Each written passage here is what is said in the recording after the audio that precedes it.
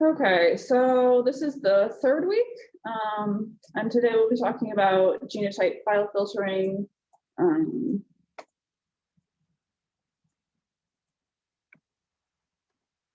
Okay, so just to refresh, last week we talked about join map format files and HapMap and VCF.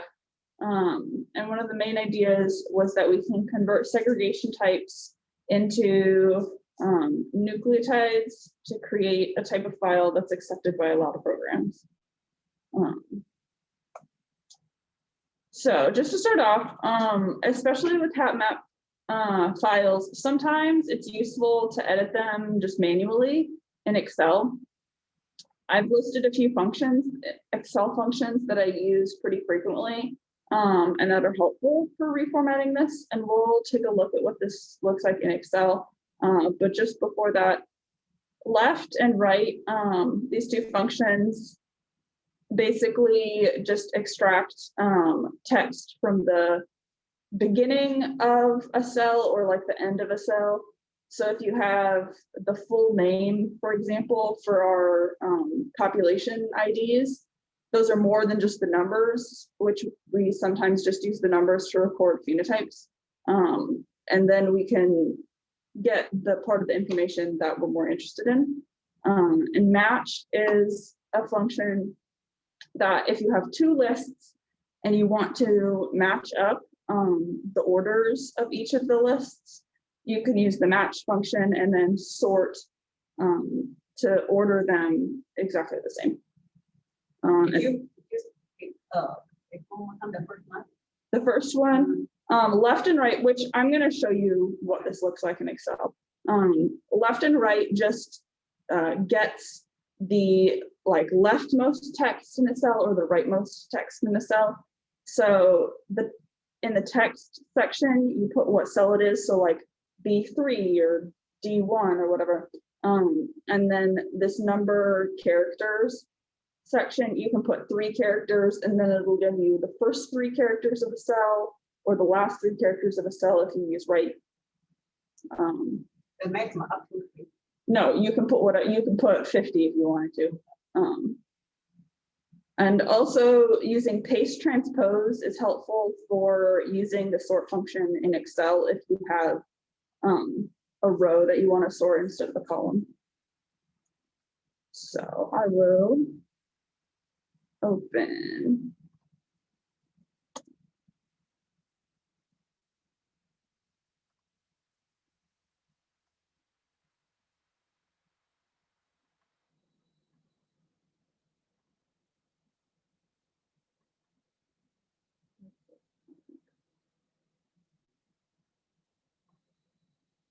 Okay, so we're opening up a HapMap format file. It's a text file right now, but we can work with that in Excel.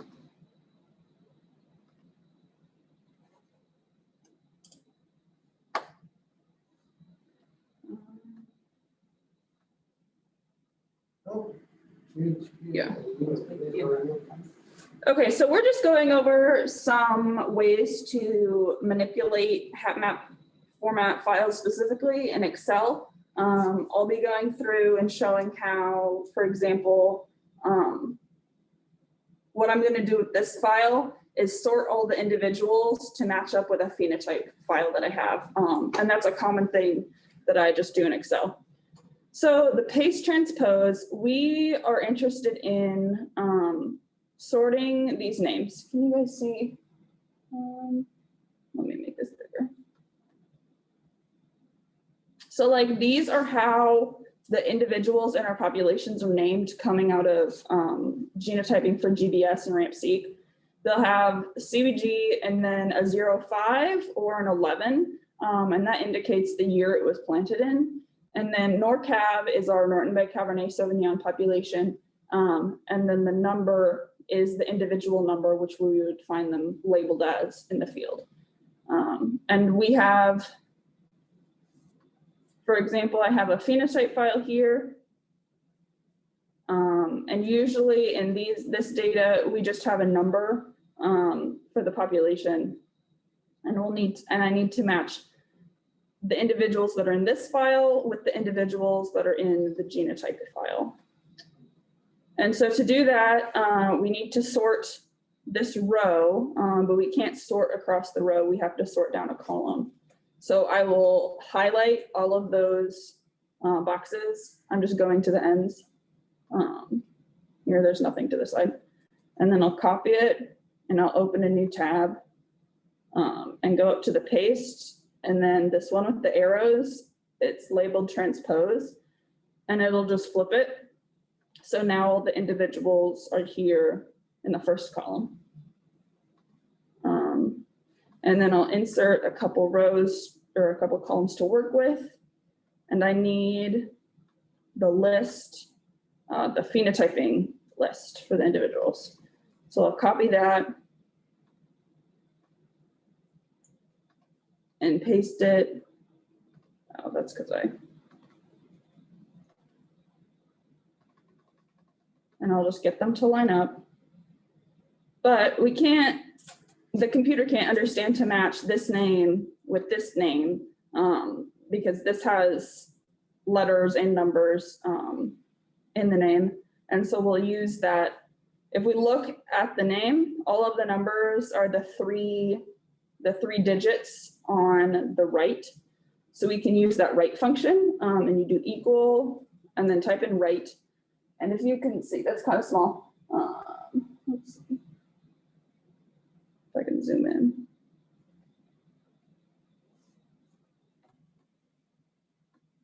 I'll try that again. Okay.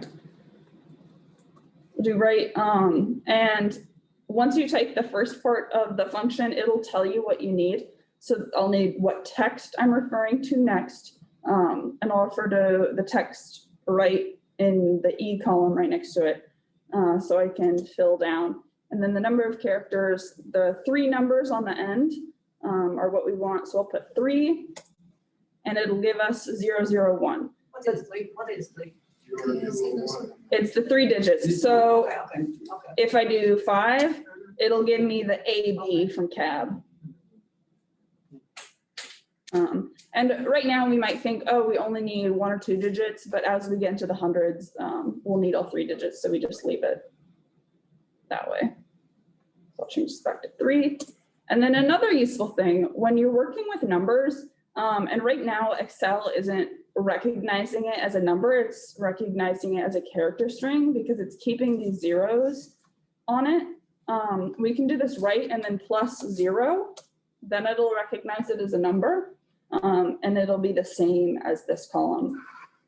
And we, up here in the function box, I just added a +0 to the right because then Excel knows we're trying to work with numbers because we're doing addition, but 0 doesn't change it at all. And I can fill down through all of these numbers. But another important thing to remember is, or to know if you didn't, the first individuals from our 2011 planting in the genotyping stuff are renamed as 1 through 17 instead of 101 through 117. And when we phenotype stuff, usually this 101 through 117 are labeled as the 100 instead of going back to 1 through 17 because we do have So you manually do that. 1 through 17. But the good thing about doing it with the calling from the right function and then +0, I can just change this to +100. Oh, cool. And then fill down to the 17. And then those are all correct. So and once you're gonna be carefully, because the left-hand side, the indication, every single number, you know, real match the genotype. If you kind of somewhere you had some missing data and then use the 1, 2, 3 to represent gonna big trouble, right? so you, So the genotype on the left-hand side, mhm. you have to represent exactly. Because sometimes we use the 1, 2, 3, but they have the number gap. So for instance, 40, That's what we're getting to with the match function, matching up these 2 columns. Because right now they're not the same. Like there's a 28 here, there's a 26 here. And so 58 to 48, which is why we transposed it, and now we're getting the numbers to reference these, so we can sort these according to the first column. A good practice though, when we use a function to call the numbers, is if you do further functions on it, it can kind of get messed up if you don't copy these and then paste them as values. Because once you do that, it removes the like function from it and it just stores it as the number. So then it won't change at all if we move it. Okay, so we have our two columns and we need to match them up. That's what that match function does really good. We type in match, and then it wants the lookup value. So we want to look up this value. Hold on. So sorry. So when you, the left-hand column, the exactly the genotype for the data, right? So the left-hand column is the phenotypes that we need to have contained within our genotype file. yes.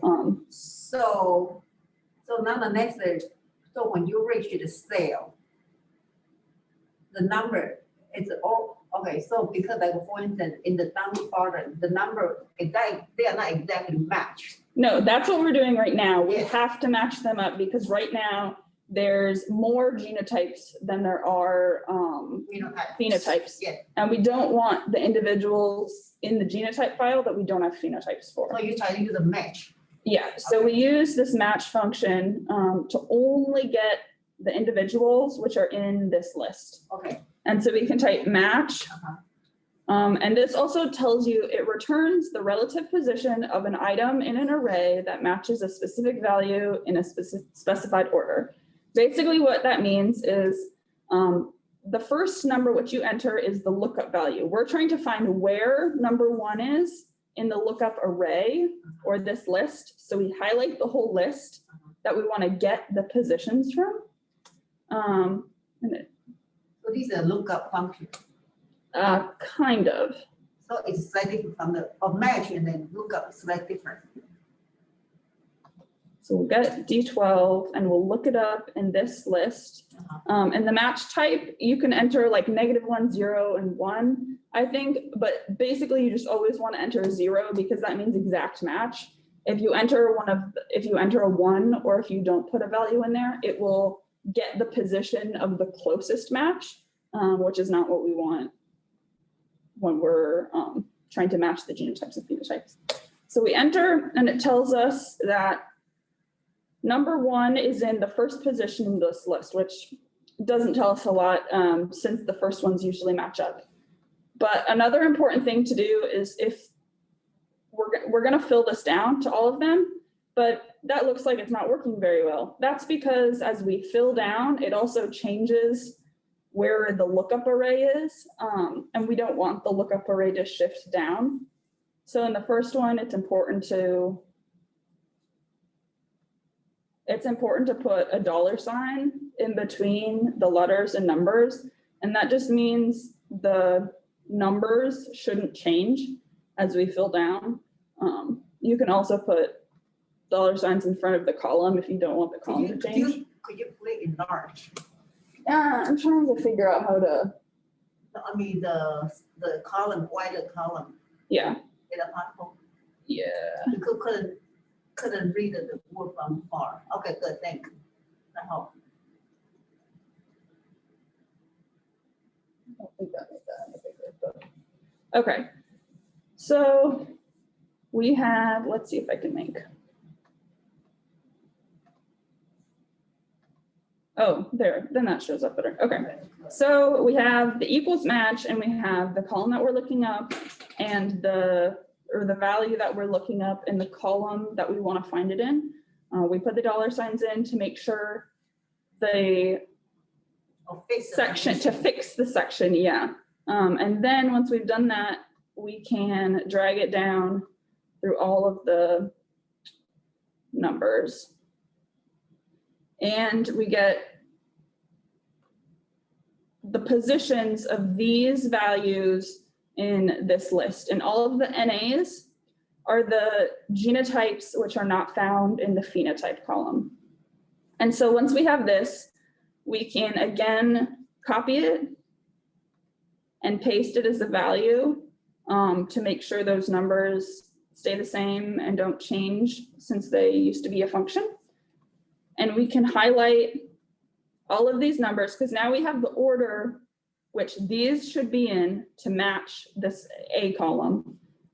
We can highlight all of the genotypes across the file and just use the sort function, smallest to largest, because we're sorting the individuals to match this column. And so now when we look at it, we get 1 through 18 on this side, and we have 1 through 18 on this side. Those match up. And then at the bottom here, we're left with all of the genotypes that are not contained within the phenotype file. Okay, so for instance, there 225. Mm-hmm. That is the left-hand side 225. That's position 225 or like line 225 essentially. 225 should be. That means 86 is, which it doesn't start at 1, so this could be a 225 if I got rid of all of the blank space at the top. Hold on. So 225 is represent the number of position, the cell position. It represents, just here, let me delete all of these. Oh, because Oops.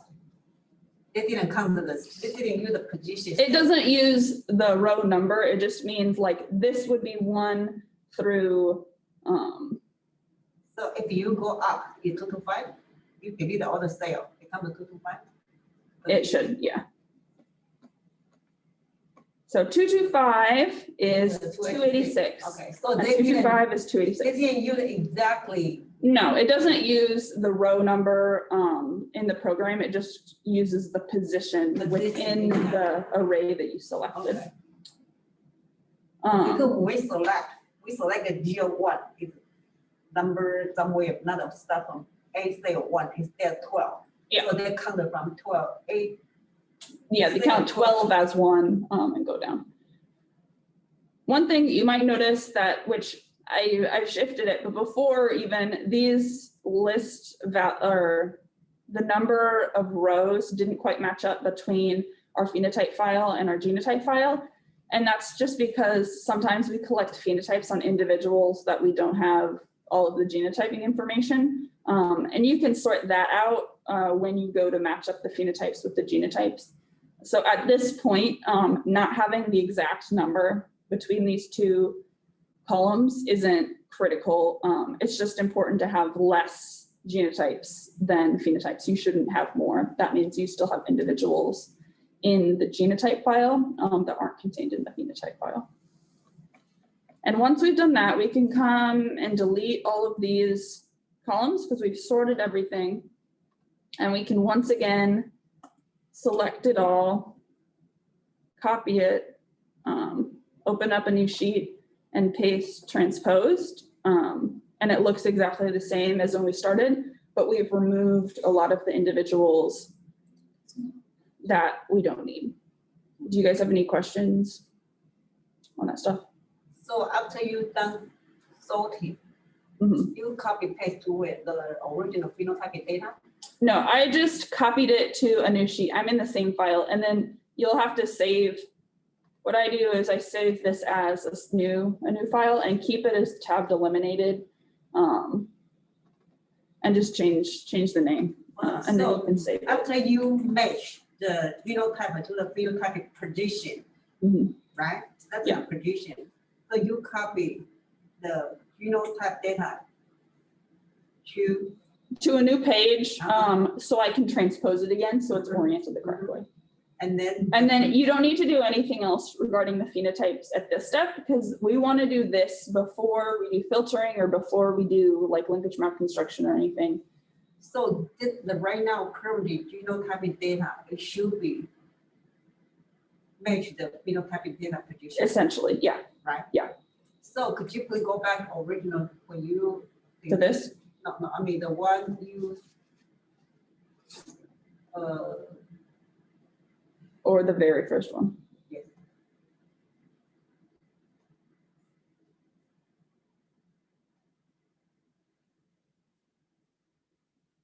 After you, okay, no. The one you do the other algorithm. Oh, this, I had deleted the, Oh, you did it. So after that thing,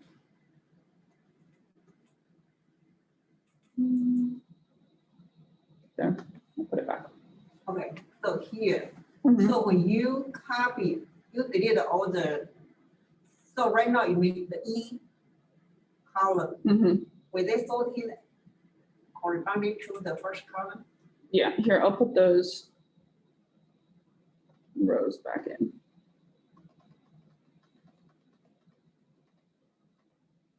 Okay. So we'll ignore this one for a second because that's just the positions of each of them. We see this all matches up really well, like 56, 56.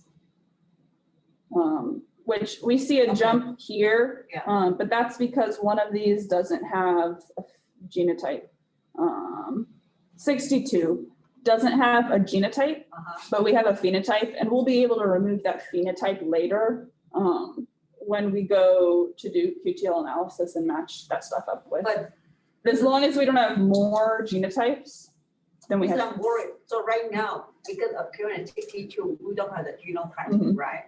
So maybe we remove because you cannot. You combine. can manually remove it in the phenotype file, which we don't have to do that yet. Okay, so, but what I'm saying is right now, hold on. So these 62 actually not in the genotype. We don't have a don't have genotype, but there's a plant and we have a phenotype. Yes. So when you copy this data, you try to match with the phenotype data. They Yeah, not we will match. match with the phenotyping data. And then when we do that, the same thing will happen and we'll have like 3 or 4 individuals at the bottom that say NA because there's not a position in the genotype file and we'll delete those. So manually delete Yes, those. yeah. So right now, supposedly they should be matched, but if they are not matched, eventually they have the, should be have the more, not necessary, because sometimes you have genotype and you don't have phenotype. So with. So that's what we just removed. Yep. Limited. Because we'll see. Oh, that's because these ones at the bottom are the NAs.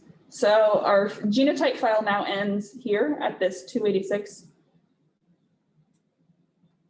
And we have, 5 extra individuals that don't have genotypes. Not these ones specifically, but they're in there somewhere. They don't have Genotype data. So 62, we do have genotype data. No, we don't have. Yeah, I'm just counting how many are at the end, not these ones specifically. We do like 280. We don't have genotype data, but we have a phenotype. So that's one of them that'll be deleted. But those 5 are somewhere in the list of phenotypes. If we want to see which individuals exactly they are, we can do the opposite and do match this value to this list.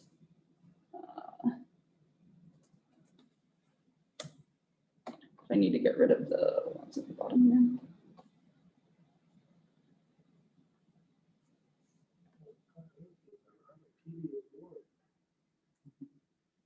Which I can do it pretty fast, like when I'm not explaining stuff. Easy, but you don't know, it's just a lot of work. It's a lot easier than going through the file and being like on this list, delete, this list, delete, which is what you have to do otherwise. And also you need to know Excel pretty well.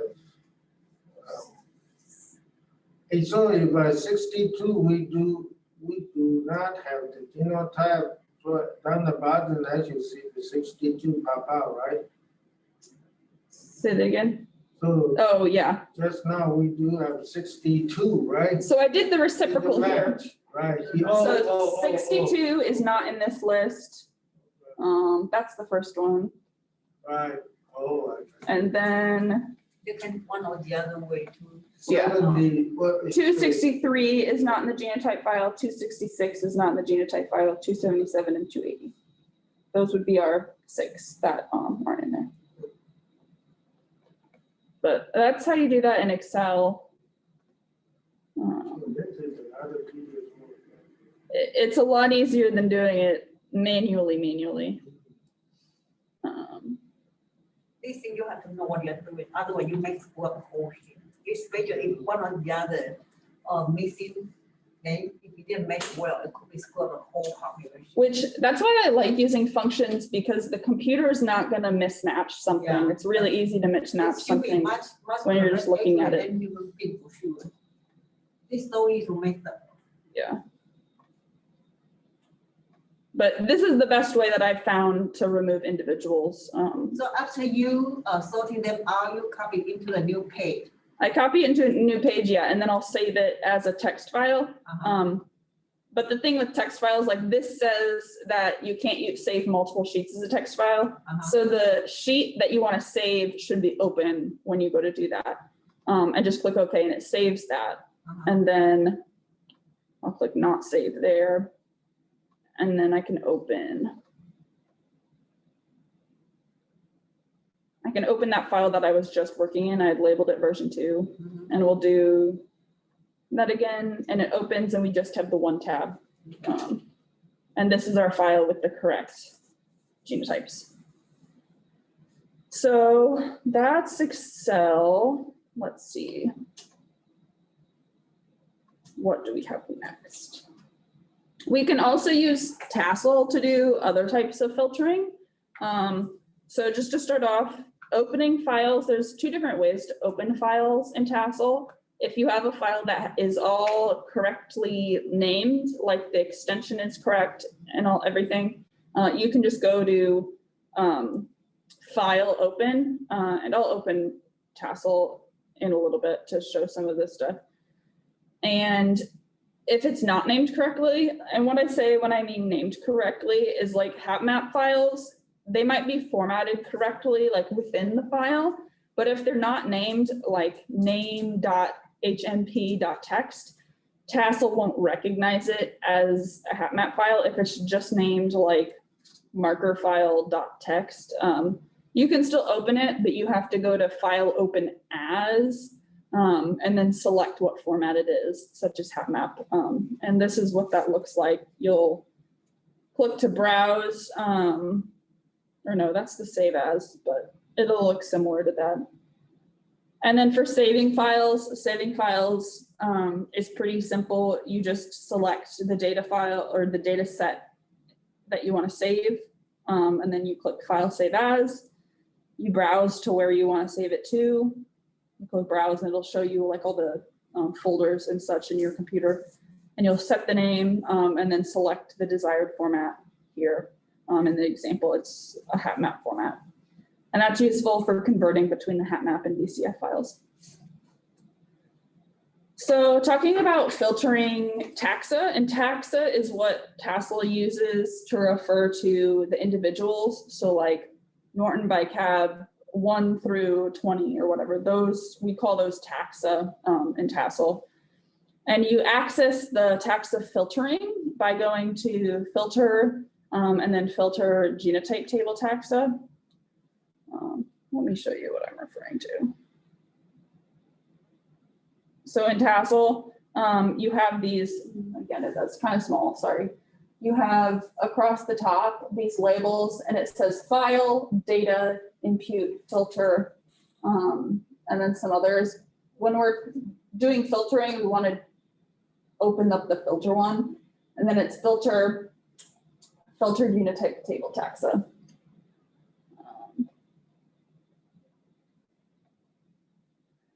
So what some of these things mean when we actually click on the Filter Genotype Table Taxa, it'll pull up this box. And the first filtering criteria that you can enter is the minimum proportion of sites present. And that just means what the minimum percentage of markers that need to be genotyped in that individual. And that's as a percentage. So if you put 10%, the individuals must have data for at least 10% of the markers in that file. And that's useful for filtering out individuals that have really poor or like almost completely missing data from the file, because they won't be informative in later analyses. Additionally, the minimum heterozygous proportion is, which we're not as concerned with these because we have a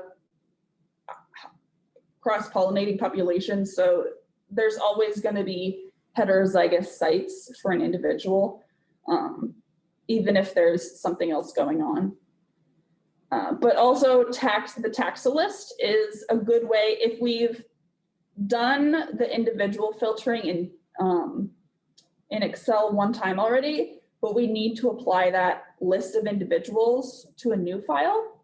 You can open up the original file in TASSEL, save a taxa list, which is essentially just the list of individuals in a fairly specific file extension. And then you can apply that list here to a new file in Excel or in TASSEL.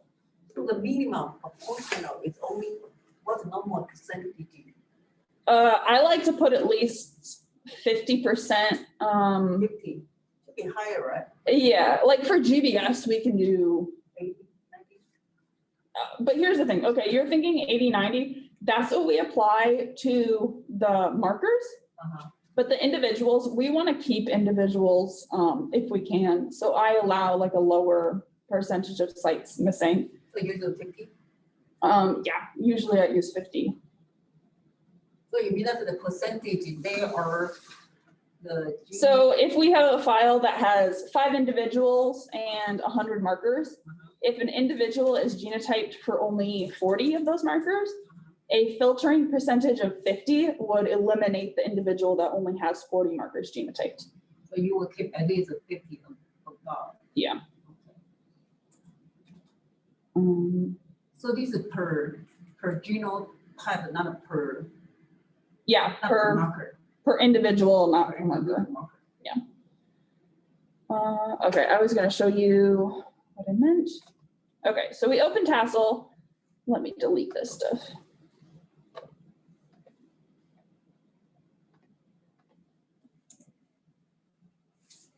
And we have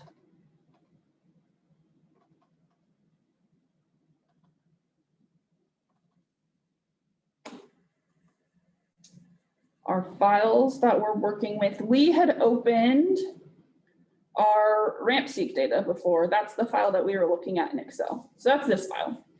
If we want to refilter this file by the individuals in the file that we just saved in Excel, we can also open that file. I had labeled it the same, but version 2. And so, oh, maybe that didn't save correctly. Let me try again. So after the text filter, you set as a half map. Yeah, I had saved it, but, oh, I know why.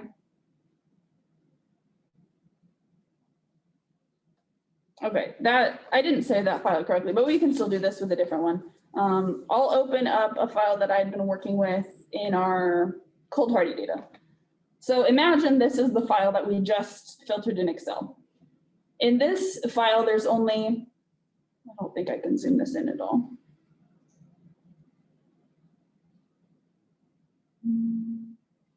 Not sure.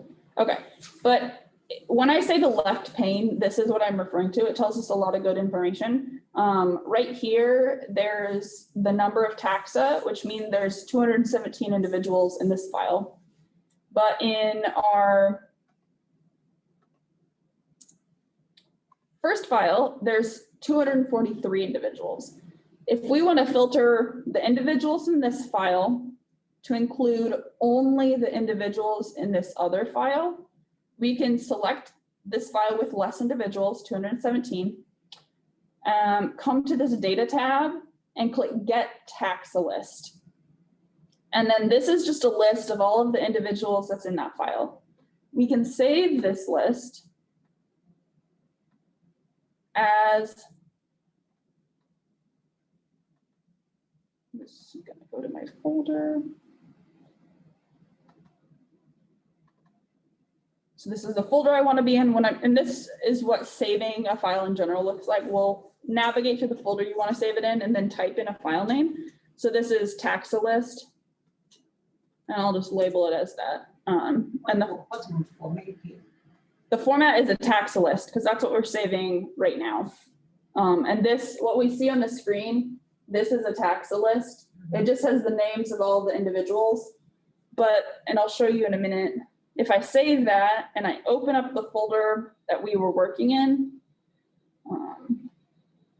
the taxa list has a .json.gz file extension. Basically, it's just a compressed file, which is why we can't just make that list by hand. That would be nice if we could. But instead we save it through TASSEL. And then we're filtering this file. We can go to the filter genotype table taxa, because we're interested in the individuals. Usually this is 0. And then this taxa list down here, we can browse to that taxa list. So here's the list, taxalist.json.gz. We can open that. And if we have this box include taxa selected, it will only include the taxa, which is in this taxa list. We can click OK. And now this unfiltered file has 217 individuals, just like the already filtered file we had. And that's a good way if we've done the manual individual filtering in Excel once and we need to apply it to a new file, we can just do this instead of doing it manually again. So you will use this one to build base and then continue to filter, or depends. If I need to like redo a file or something like that for some reason, I can do it this way faster instead of doing it in Excel. But usually you have to do it in Excel once so you have a file that has the correct individuals.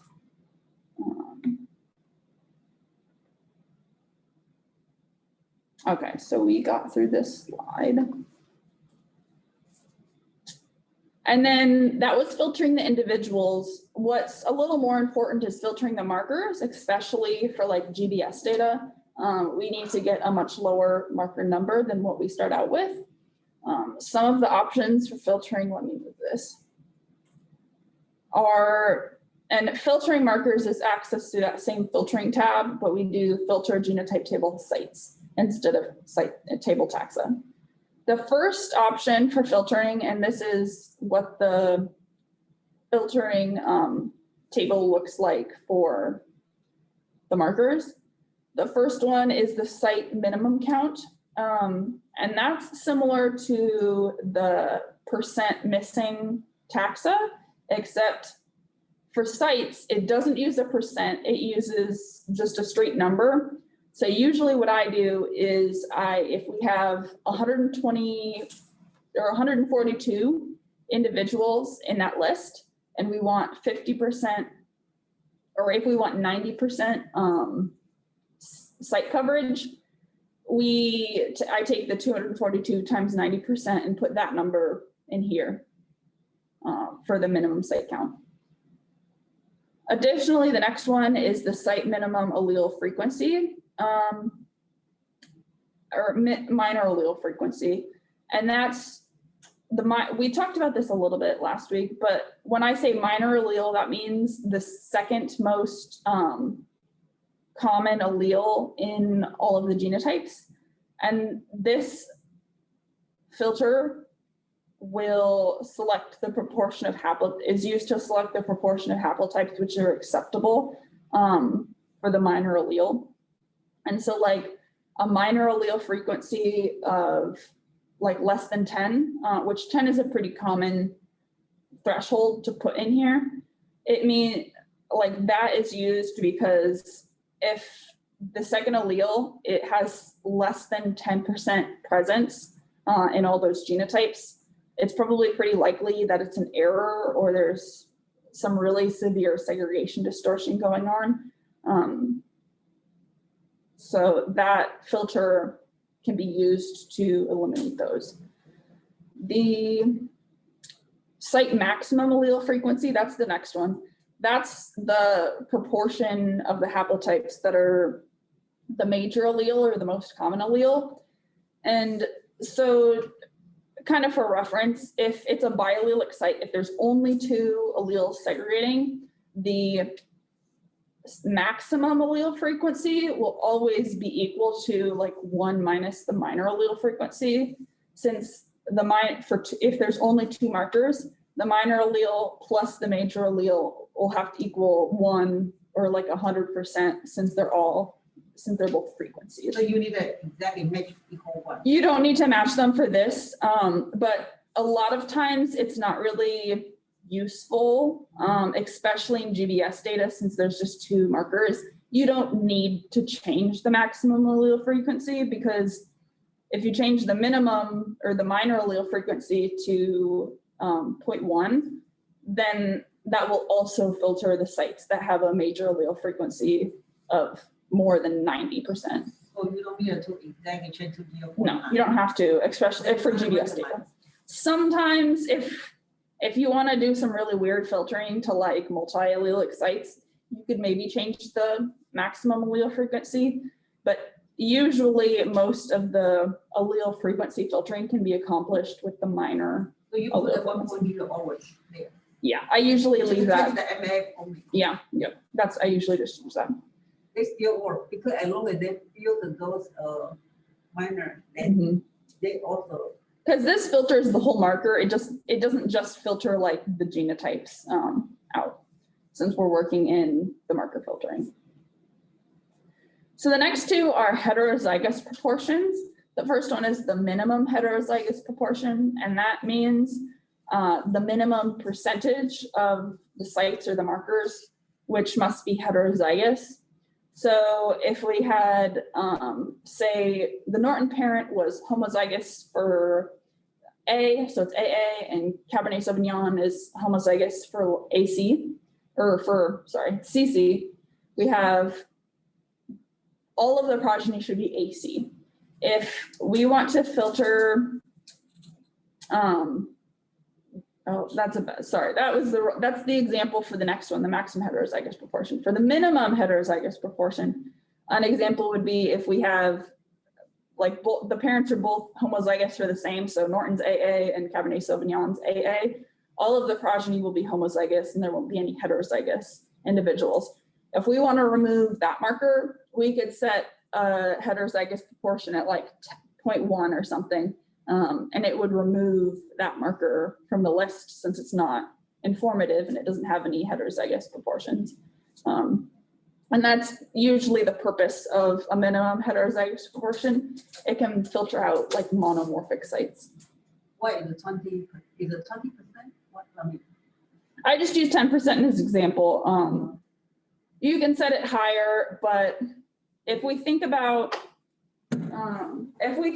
like heterozygous proportions, this is where that stuff about segregation types can come into play.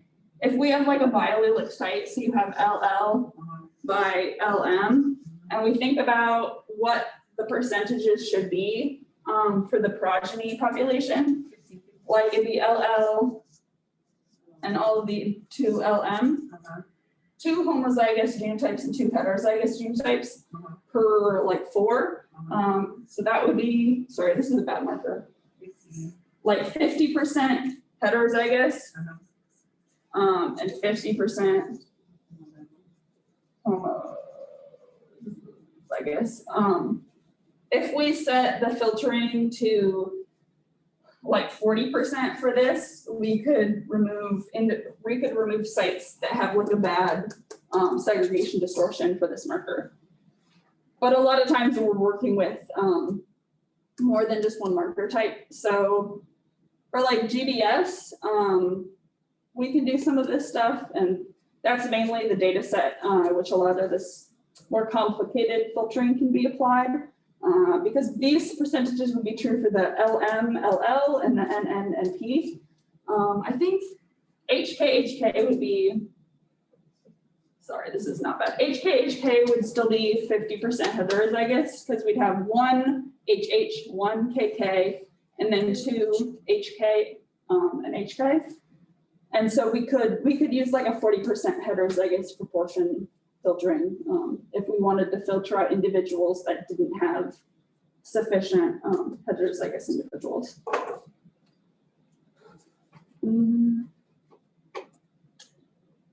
Okay, and then maximum heterozygous proportion is the opposite, like, is the kind of inverse of that.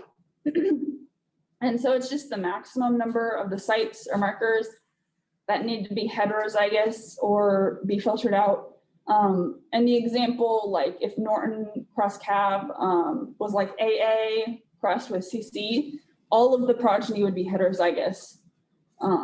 So for biallelic sites, we could use this to remove non-informative heterozygous progeny, but we can't use that like thinking for multiallelic sites because, for example, like an AB times CD, if both of the parents are heterozygous for different alleles, 100% of the progeny will still be heterozygous, and we don't want to filter those out. So in this case, if we had a combine, then it's difficult. Yeah, it's difficult. If you're just doing the GBS, you can do that for the heterozygous proportions. Were you gonna say something? So how many percent you have to, this should be 100% supposed to theoretically, right? If you both say this should be the heterozygous all the progeny theoretically. Because you are AA cross CC, everyone. Yeah, for this example. But like this is not an informative marker because all of the sites would be AC and we wouldn't see any. Okay, that yeah. won't work either. And that's what I meant with like filtering. If you set this at like 90 or something, you would filter those sites out. But that's only for GBS data because multi-allelic sites don't otherwise follow that stuff. Okay. Okay, and then similarly to the taxa list, which I showed you, you can do a position list. And so that just takes all of the markers that are in one file. You can save those marker names to a position list file and then open it up in the filtering. Same as we did for the taxa, you browse, you find the position list file, you open it, and then that will filter to only include the markers that were in a different file. And again, that's useful if for some reason you have to start over. Like for example, if you have a good set of markers that you applied on one phenotype, say my cold hardiness data, and you wanted to apply it on a different type of, a different phenotype list of individuals, because you'll have different individuals for different like phenotypes, like with the filtering. You can apply those good markers to different genotypes through a position list. They will filter out without the phenotype data. This is for markers. And so if we have a list that has individuals 1 through 5, that's the individuals, say I phenotype for cold hardiness. But we have a different, say berry quality was phenotyped for individuals 6 through 12. But we want to use the same markers in those files. You can get a position list for the marker positions and apply the markers which you filtered in the first file. So the markers that were included, say in the cold hardiness map, we can save that position list from the first file and then open it up in the position list in the filtering for the second one. And even though we have different genotypes in the two files, we can use the same markers, and that's an easy way for filtering or for changing the markers that are included in each of those files. Does that make sense? I can show you too. Okay, so for example, okay, so we did the individual filtering one step ago. So this is our original file. We filtered the individuals. We have 217 individuals, but we still have 2,000 markers in this file. Whereas this cold hardiness file has 1,362. If we only want to include those 1,362 markers instead of the 2,000, we can click on this file, go to data, get position list, And this is a list of basically all the marker names, what chromosome they're on, what their physical position is. And we can save this file or save this data set. And we're in the correct folder. This is a position file or a position list. The format is position list. We click OK and save it. And then we go back to that quote unquote unfiltered file. We go to filter, or that's the wrong one, sorry. Filter genotype table sites. Leave all this stuff the same, but just come down here to the position list. Here's our position list file that we just saved from the previous data set. We click that one and we have the URL in the position list section now. We'll click OK. And now this file has that same 1,362 individuals that were in the first file. Okay. And that would work even if there were different genotypes in this file than the first file.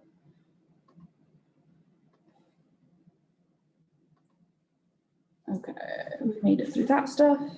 And just a couple more things that I use fairly frequently. So in that list, if we go to the data tab, there's a few things. The merge genotype tables right here. That's useful for combining two different marker types, for example. If we have our file that just contains SNP markers and we want to concatenate it or like merge it with the file that contains like GBS markers, we can have those two.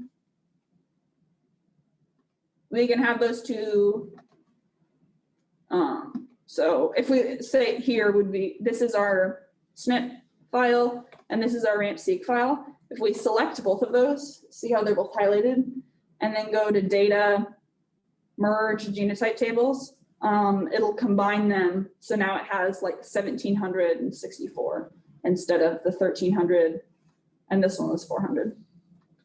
And that just merges them.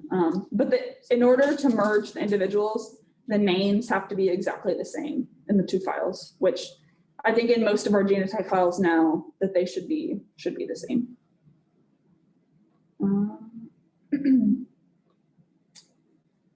Other things which are useful, if for some reason you need to handle the chromosomes separately, like say one chromosome has just like way too many markers and you want to filter it a little more stringently or thin it out evenly, you can use the separate section.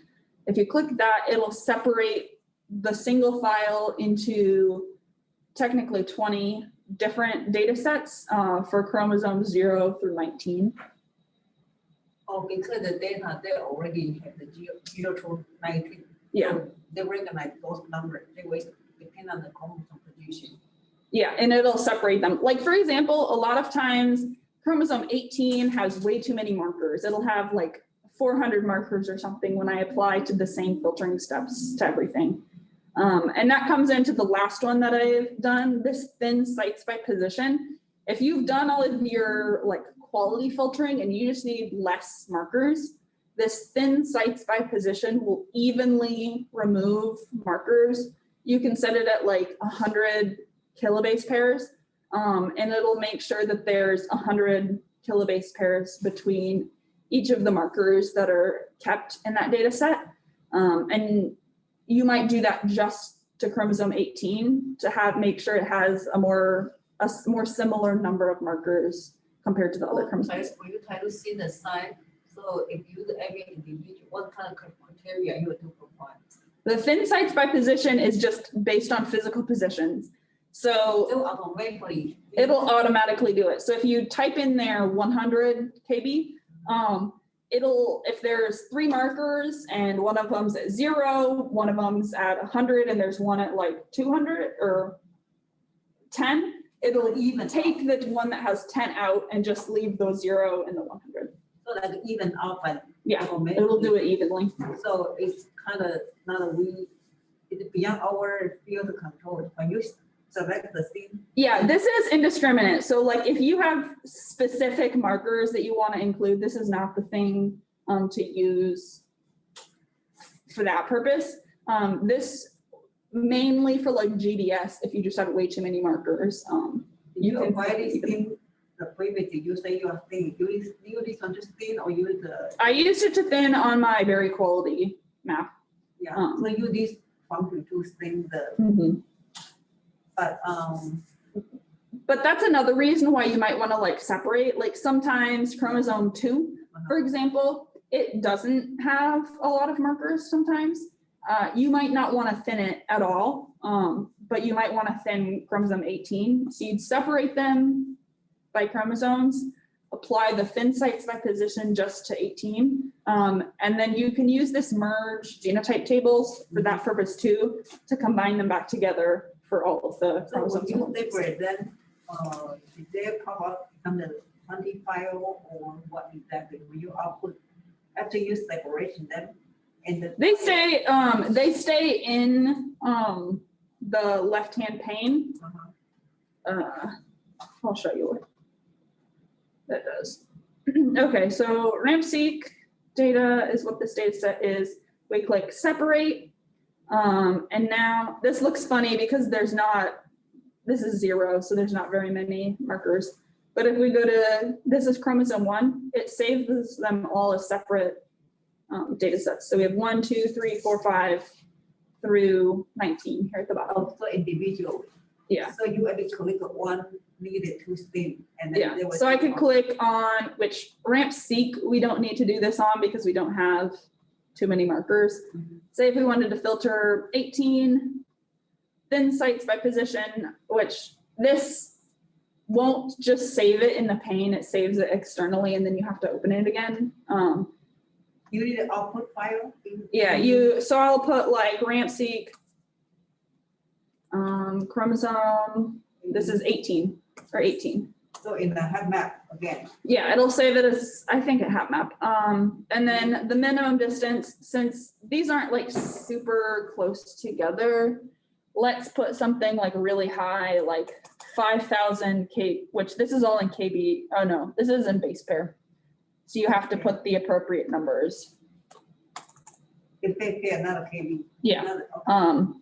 So this is like 5 million base pairs, which is, So you have to output this one? yeah, it'll output as a file. I click Below? okay, and then I have to go file open to open it again. And here's our RAMP-seq chromosome 18. I click open. Now we only have 7 markers since I set like a really high number of KB, base pair on there. Site numbers. Here, site names. So like, for example, this is 22 to 28. So 22, 23, 24, 25, 26, 27, 28.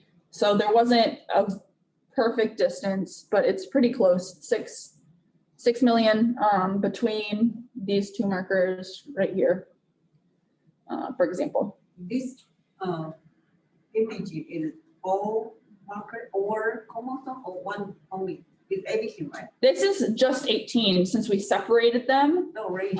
to filter it. And then if we wanted to put these back together, we would just select, which I don't want this 18 since we filtered on this 18. So I skip it and I just select. That is not included original one. Not including the original one because we want the newly filtered one. And then you merge them again. Yeah.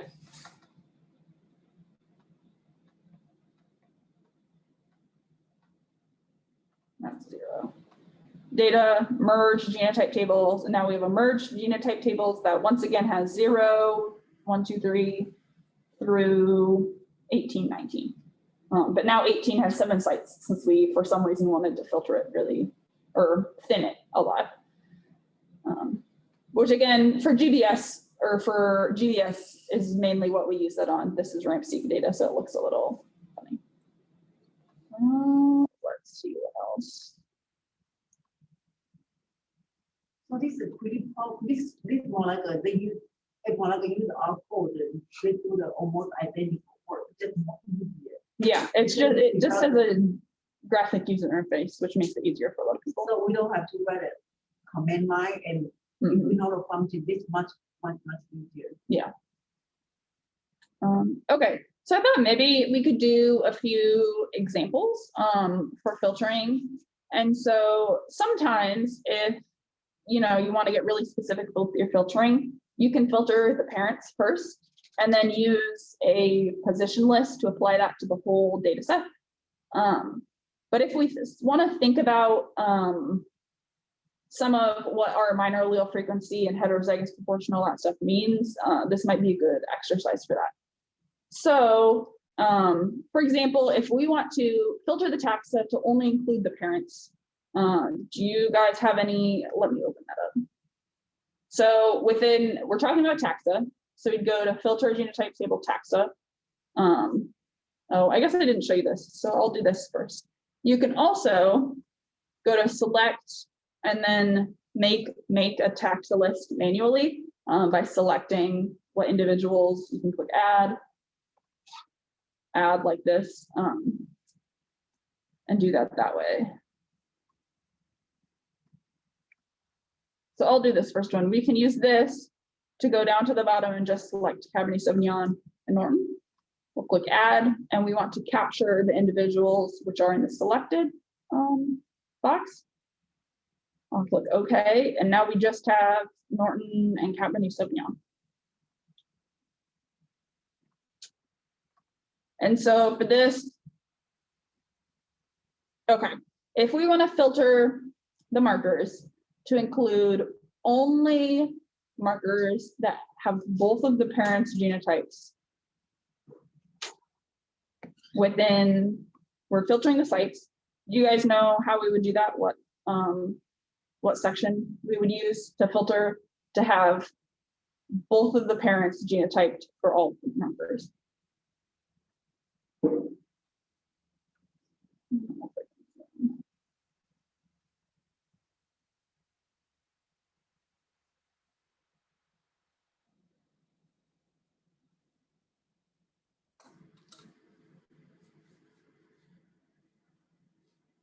Do you think we would be concerned with allele frequencies at all if we're doing that? I couldn't see any corner. Oh, I'm sorry. It's just not that fine. So Can I we zoom try to in? include it only with the marker with the parents. So Let's see. I'll pull up the PowerPoint that has that box.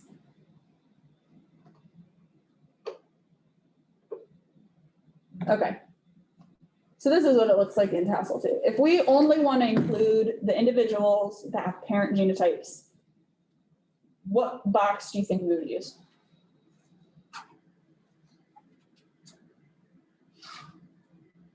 Because we're not, for that criteria, we're not concerned with which ones are heterozygous, right? Or are we? issue, right? Because if your parent both of them are Right now, we just want to eliminate the markers that have missing data from the parent genotypes. missing data from. So if we're just concerned with missing data, we wouldn't be concerned with which ones are heterozygous. We just want to eliminate the missing data. That means we're also not really concerned with what the allele frequencies are, because the major and minor allele percentages don't consider what data is missing.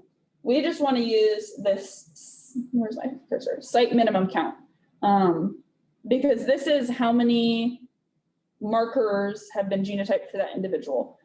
And since we only have 2 parents, if we want to include only markers that have genotypes for those 2 parents, we can put a 2 in this box. We can put a 2 in this box and filter it. And now, like this one, say at this site, we have an N, and now we filtered it out. There's no N. So these are the markers which have data for all of the individuals. Let's say. So if you only position for the parent, so it's an N, one of them the N, or you. An N is missing data. Yeah, but you're gonna fill it out, right? That's something you can do. I'm not saying that that's always necessary, but for like GBS data, like when I used NGSEP, it was important to have the parent data for all the sites, so I did that. And sometimes if you want to make sure for like effect sizes and all of that, that the parent data matches the progeny data, that's something you can do to make sure that you have parent data for that. Generally, you still keep them even though one missing. For GBS, it wouldn't be it would be okay to do that for GBS. So you mean as long as the progeny show segregation still work. If there's segregation patterns, you don't. Yeah, I'm not saying that that marker is bad. If the parents don't match exactly for GBS, but for some of the downstream purposes, it's hard to be able to like verify that stuff if we're missing parent genotypes. And again, with GBS, sometimes we're just looking to get rid of markers. And so that's something you can do just so you make sure you have a good data set of markers. Yeah. I'm not saying that that's necessary, especially we wouldn't do this for like SSR or RAMP-seq, but for GBS sometimes, just so we have like improved reliability with some markers. Yeah, because if we have no parent information, sometimes it causes. Yeah, it can cause problems for assigning stuff to the which parent. Okay, maybe just do a couple more. Okay, so let me go back to, if we want to filter out uninformative sites, so say monomorphic uninformative sites,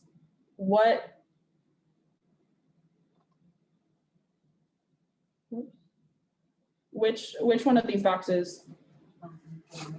Monomorphic uninformative boxes. So there are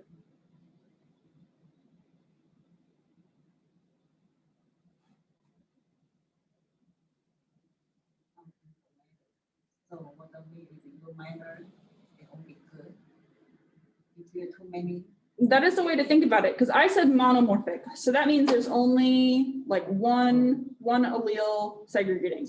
So we wouldn't have a minor allele frequency, but a more straightforward way to think about it would be if all the progeny are monomorphic, there's not going to be any heterozygous proportion.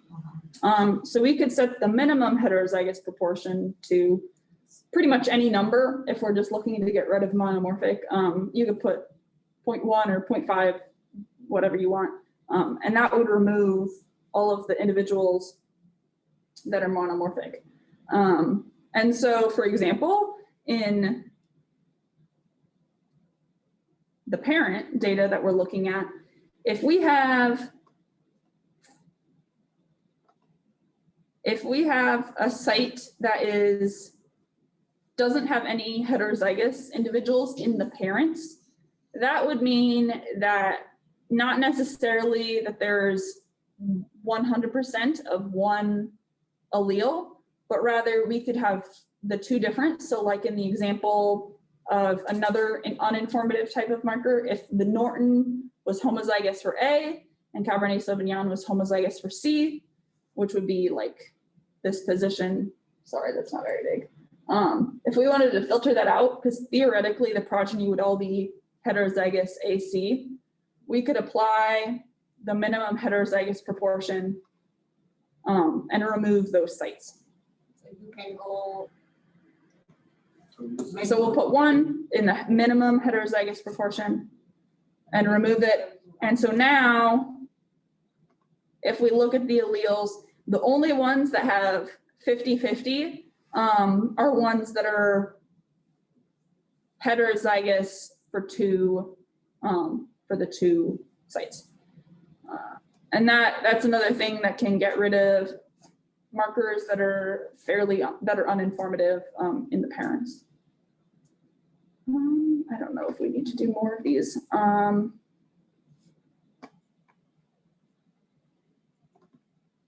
then I put some other things, like we can think about segregation types in terms of minor allele frequencies and heterozygous proportions in order to filter just biallelic sites or triallelic or tetraallelic. I'll just go through that because we have this example of LM, LL. If we want to just get biallelic sites, a lot of those function the same.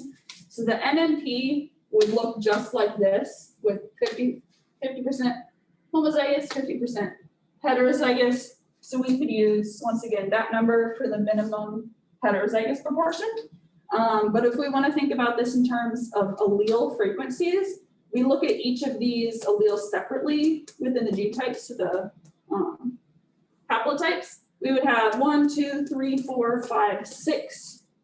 6 out of 8 are the L, whereas 2 out of 8 are the M for the allele frequencies. I don't know if we can stop. It's kind of light. Sorry, this is so light.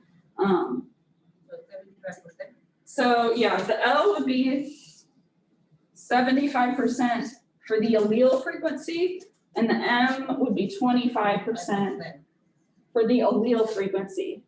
So if we wanted just this type, single parent heterozygous biallelic site, we could filter the minor allele frequency. We'll give another 10% cushion. So like 15% minor allele frequency. We could do like the 40% heterozygous proportion. We could also do upper limits on that. So this is our expected heterozygous proportion. So the, what is it technically called? The maximum heterozygous proportion could be 60%. And the major allele frequency could be 85%. And we can describe all of the different segregation types in like those terms, which it seems like a lot of math and stuff when you think about it, but it just all boils down to, you know, your expected segregation frequencies. You guys have any questions? And we can do that with all of the different marker types. If we wanted to change it to like HK, it would be a similar process.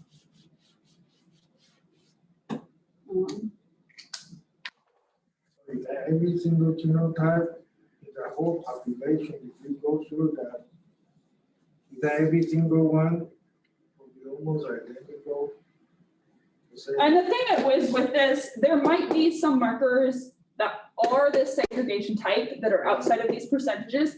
Right. But you're getting rid of markers that have severe segregation distortion if you apply this stuff.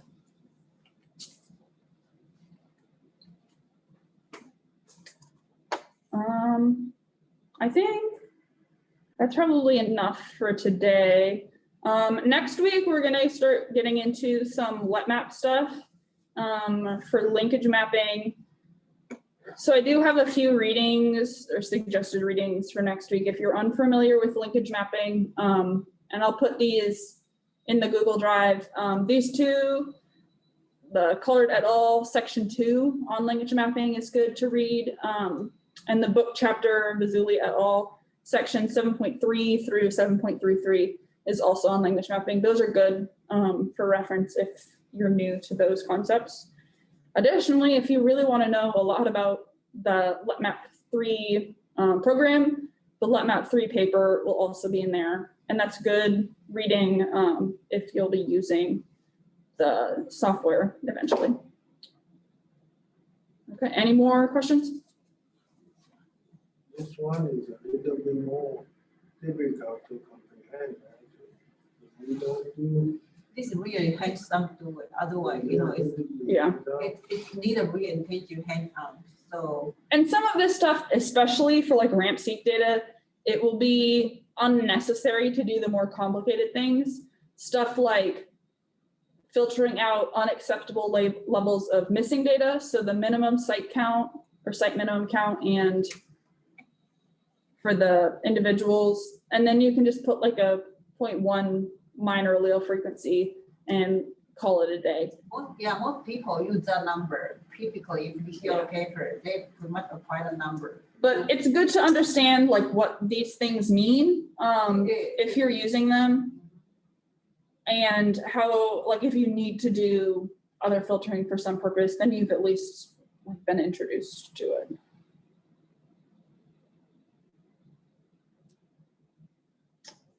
Well, if there's no other questions, that's all I have for this week. Thank you. Yep, this one is more difficult.